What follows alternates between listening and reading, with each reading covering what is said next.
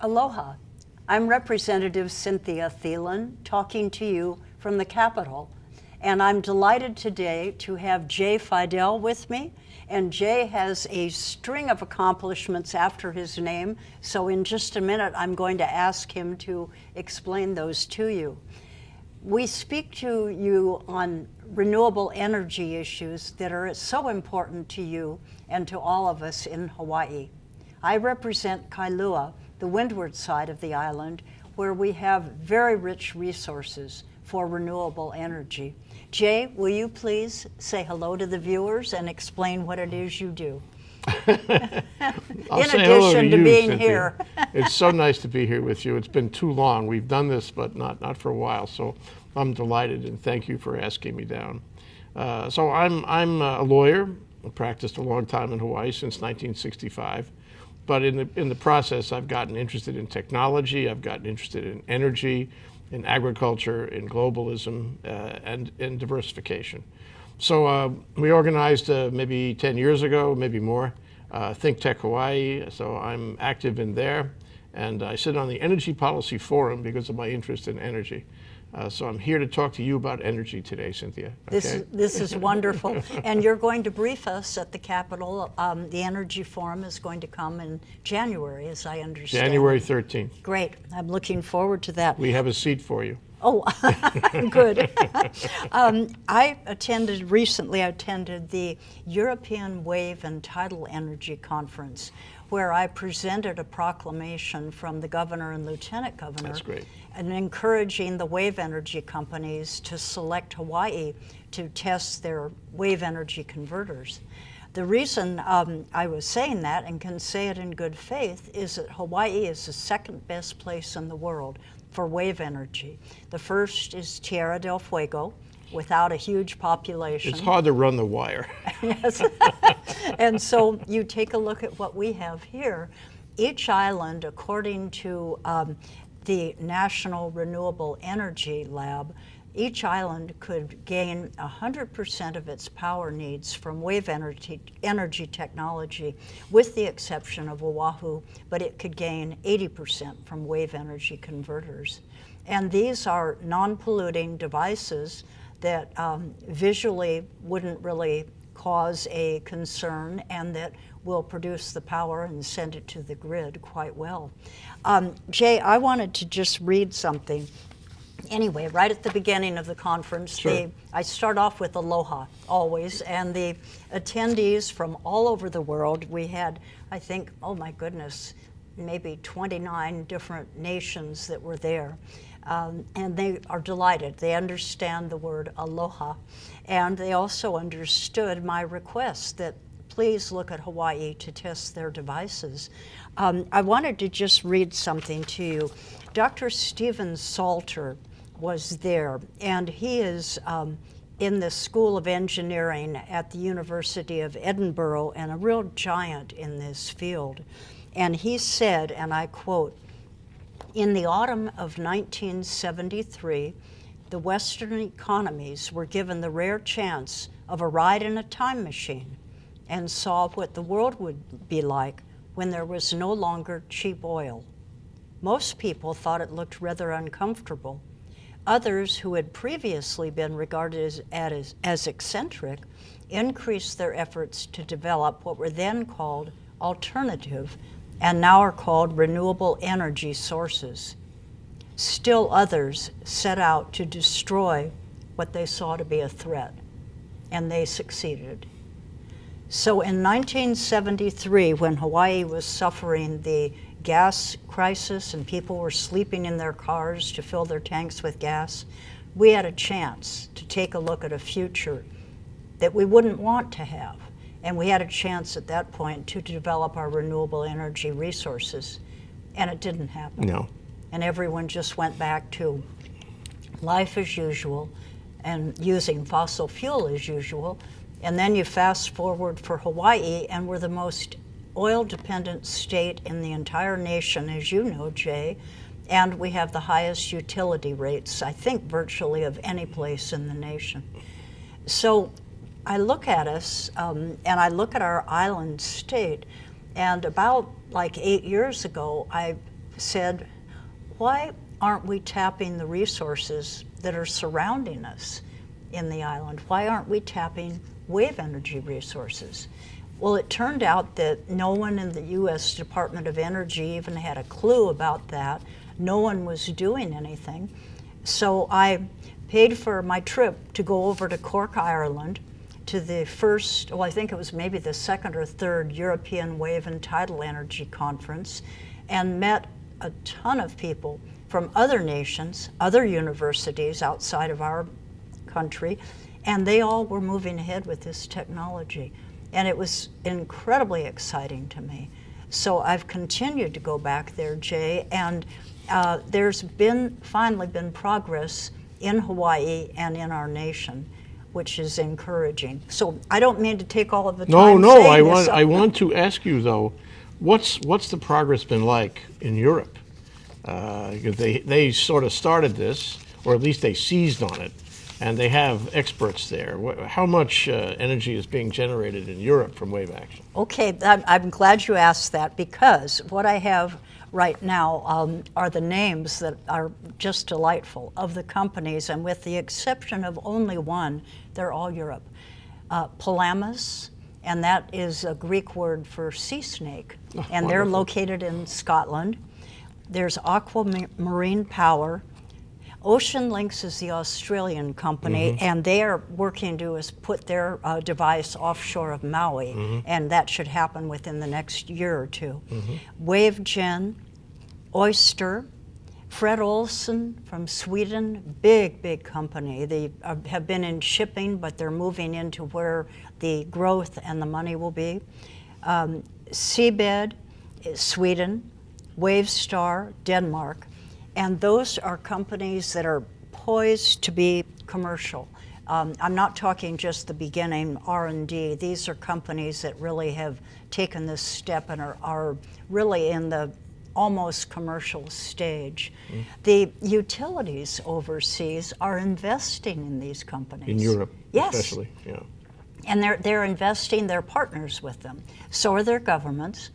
And then you come back to the United States, and you come back to Hawaii, and trying to get one wave energy converter off of Maui, one that has no moving parts in the ocean, won't cause any problem with the marine life, and trying to get that into the water with the Hawaiian Electric or Maui Electric has been a very, very lengthy challenge.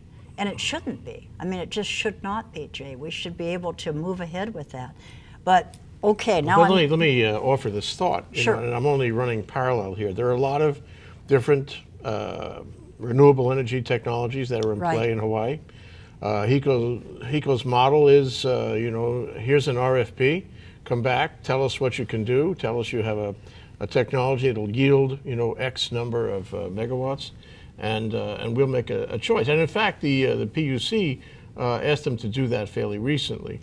I'm not sure what the upshot of it is yet. I think they got proposals in response to their RFP, but I don't think they've made choices.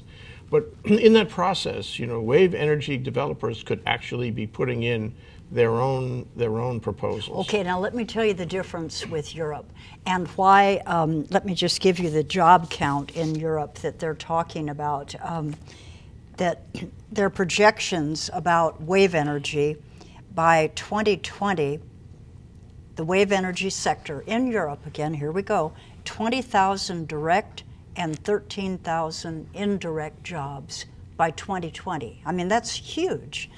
And then they're talking by 2050, the numbers are going to increase to 314,000 and 157,000 indirect. Are these construction jobs or maintenance jobs? Your direct jobs involve lawyers like you, a lot of the scientific sector, Pearl Harbor shipyard kind of jobs.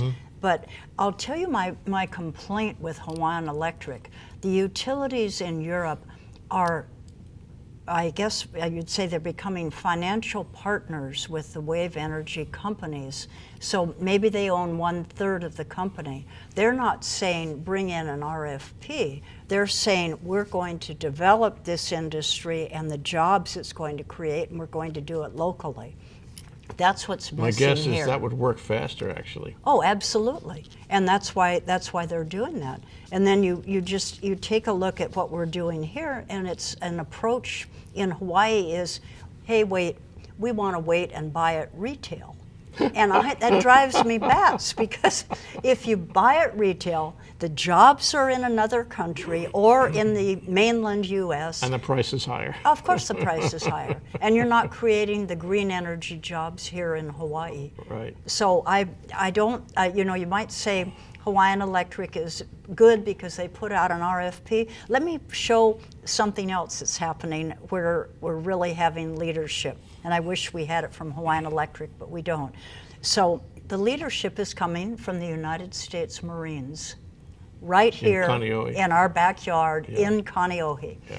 The Marines are committed to getting off the grid by, I believe the year is 2016 or 2017. It's not far away. Not at all. Wave energy is a part of that, and the Marines are in the process of developing a wave hub. And a wave hub is like an underwater socket with maybe 5 different plug-in places for it. That socket has a cable that runs to the shore that can carry power to go to the shore and be converted to be able to go into the grid. They're going to be able to have that socket in place, I would say, by the year 2014. Wave energy companies will pay to come and to plug in, hook up, test their devices. And they'll be able to, I believe, it's a laboratory, but it's also Absolutely. generating electricity. You got it.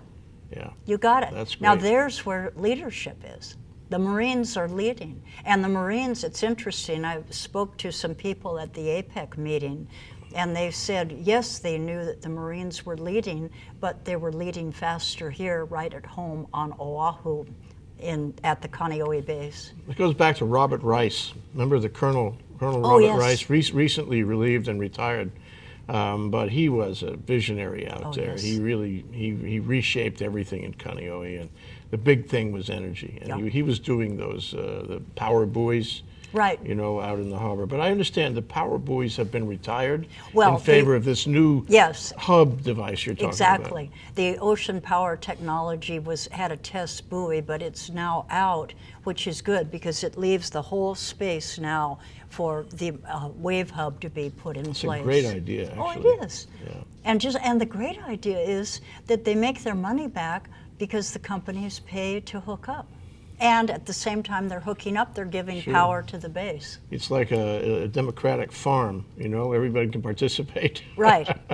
Right. So what is the resistance? Now, see, the thing with the federal government is we've had conversation with Robert Rice about this. We've said, why don't you come into state government, you know, get things done? And he said, I couldn't do that because I'm a colonel, right? Right. I can get it done in Kaneohe.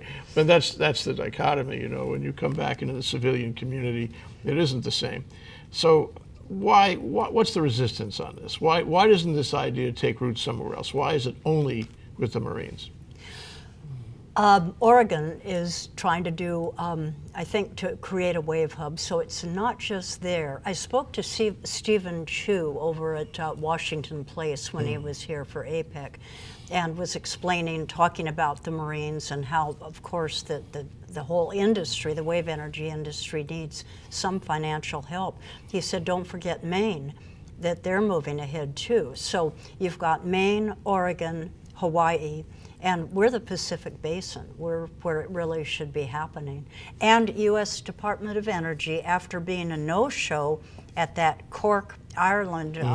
Now they come regular. Now they come regularly and even speak. And Mike Reed of the U.S. Department of Energy's water power program said that they're looking at between 39 and 50 million in federal dollars allocated to this technology for the year 2012, and they're doing this saying we want the power in the water and we want it providing power to the grid. So it's not just play money. They're really saying this is money that when that's passed through, it has to be developed. Well, you know, it's interesting that there are a number of technologies involved. I mean, they're all in the water, and they all capitalize on the wave action. But there are a number. For example, the Sea Link, the fellows from Australia, who are building a facility, northeast Maui, out there in the ocean. That technology would be different than the one at the Marine Corps, am I right? Absolutely. And the whole point is that there are so many different technologies, and people say, well, wait till it matures and then there'll be just one. That's wrong. It won't be just one like for wind, because you have different wave climates. And there are a lot of technologies that are shore-based. In fact, WaveGen came out and met with Department of Transportation under the former administration to look at putting a shore-based device into some of the harbor areas. And I wish that could go ahead. In Spain, they had a harbor, and they went in and took like a slicer, I guess, and just cut a section of the harbor out, took the WaveGen facility, put it right in there, and it's now operating and providing power. The way the currents work is taking advantage. Yeah, it's different from out in the ocean, where, for example, ocean links will be located. So, you know, I mean, you're at the center of a process here, and the process includes, wind. It includes photovoltaic, it includes geothermal, it includes all these sort of competitors for top dog. And we haven't really sorted out who's the top dog yet. And, if you talk to Hawaiian Electric or most people who are into energy policy, they say, well, everybody can play. You just have to have the investment, you have to mature the technology, and you have to have a working model, and more of that, the better. And when you get ready, you'll get involved in it. And it's my perception is that right now, wind is probably out there first as renewable. I think biofuel is very important because it runs existing generators. Certainly PV, which it's not that much in terms of total percentage of production of the state, but it's popular, and nobody complains about it. So we have all this in the mix. Where does the wave energy candidate fit in all this, and how is it going to proceed into the center of things? Think of your wave energy companies as the most entrepreneurial group. They're comprised of engineers, scientists, others that really believe this technology can move. And some of them are very small companies. They come up with a device, one way or the other. They sort of are able to scrounge enough money to test it in Europe's university tanks. They develop something that can move to the next stage, and it's out there in the water, and then they ultimately get up to this almost commercial stage. But these are not hugely backed companies. It's a hugely powerful technology, but it doesn't have like the Shell, Standard Oil, Chevron, all the different biggies behind them. It doesn't have the Martin Mariettas behind them with all of their money. And Hawaii could be central in raising wave energy technology because we are a laboratory. We have the wave energy. When the Marines have that wave energy facility going, and when they have the companies that will come, I mean, that they can manage. They will come and they will pay to hook up and to plug in. Then when that happens, you're going to see things turn. So if I gave you a million billion, Cynthia, I'm working my way to that. Okay. And, a million or a billion? A million billion. Okay. I don't know what that is, but if I gave you unlimited funds, okay, government funds, how would you explore and develop wave energy to put it more on the map of all of the the cornucopia of renewables in the state? Okay, I would go ahead and help the military get that wave hub going, and it may be that they could end up with more than just 5 hookups. I would then take a look at the harbor areas and the jetties and see where the WaveGen kind of a device could fit in and help that move ahead. Oceanet has a back of the envelope design that is incredibly exciting, very simple in its concept, and they have done some smallish kind of tests. I would do what was necessary to get our local company, Oceanet, really into developing a larger model and get it into the water. And then I probably would focus on Oahu, because I think there is something much more appropriate about our generating our own renewable energy on our own island rather than asking another island to do it for us. That's certainly an issue these days. It is. And when we have the resources of the waves, beautiful wave climate on Oahu. Well, what about what about the surfers? What about the environmentalists? What about all the shoreline management agencies and all that? Who might say, wait a minute, this is pristine, or this needs to be recreated, that there's been damage, we want to fix it, that sort of thing. And here you come with the devices that are right in the middle of this real sensitive area. What do you say to them? How do you manage them? Okay, very good question, Jay. The wave energy devices are usually about like a mile to maybe 2 miles offshore. They don't need to go into any marine mammal sanctuary. And it's turned out that in Europe, the fishing community is very supportive and steps up and says, we want them because they act as fishing aggregates. Is that right? Yeah. That's so interesting. And they love Fishing it. is really important these days. No, they do. I mean, you've got your fishing community there right at the table saying we want this to move forward.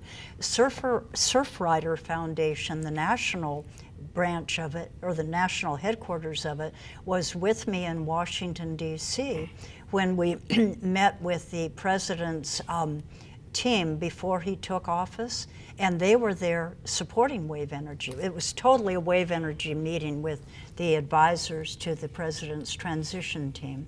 And they were very much in support because they see the destructive nature of relying on fossil fuel. Oh, sure. And so then when I met in the Roosevelt room at the White House after the president was elected, and I met with his energy team, and they were talking about other things, biofuels, for example.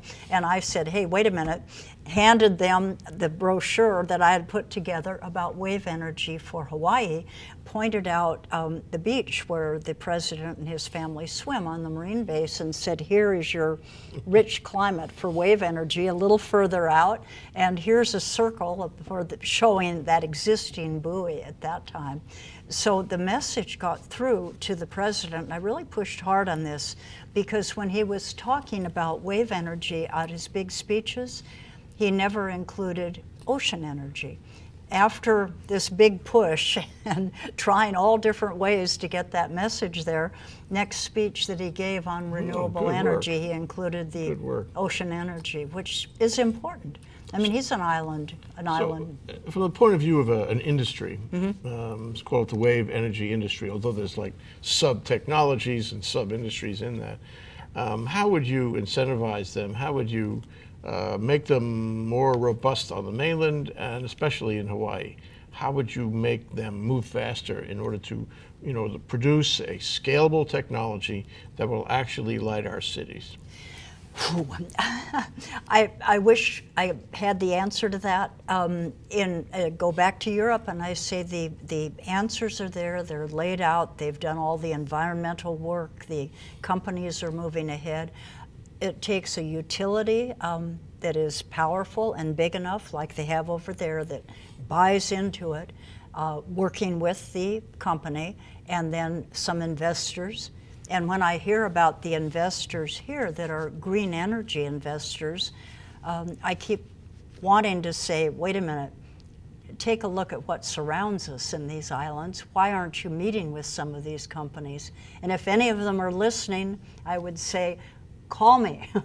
I would love to put you in touch with the companies so you could vet their technology and see whether or not this is something that you believe is appropriate for Hawaii. Or make their own technology. There's no reason love why. it. We're talking multiple technologies in this area, so Hawaii can develop new technologies. Absolutely. Well, that's OceanNet. And be in the competition. Yeah, I know. That's OceanNet. OceanNet actually, created a subsidiary for water things. And this is one of them. So well, and this would be wonderful. I have so many papers and so many things I wanted to talk over with you, but it's a technology we should not ignore, Jay. And if we are responsible residents of the island of Oahu, we should look at our own island resources, and we've totally left wave energy untapped. So that, I think, when the experts, the federal experts at the National Renewable Energy Lab say wave energy on Oahu will provide 80% of the power needs, it's there, and we can do that. And that, to me, is much more responsible than saying to another island, you have to produce the power that we want to then use over here. What's your prediction on what will happen, and is there legislation in the wings on this? We don't really need the legislation. We need the federal help and the federal funding, and basically we need the biggies, the big companies, to pay some attention to wave energy. Martin Marietta's focused only in one area, and that's OTEC. Northrop Grumman was going to become involved, but then it sort of got pushed back. Lockheed? They all Lockheed should. is in OTEC. Yeah, they all should, but they really aren't. So my request again then would be, if any of those large companies are watching, take a look at what's going on in Europe, because the companies are going to make money for producing renewable energy power to the people over there. And Jay, thank you again for being with me. I really appreciate it. I'm looking forward to your presentation at the Capitol, and we can talk more about wave energy then. Thank Thanks, you, Cynthia. Jay. Aloha.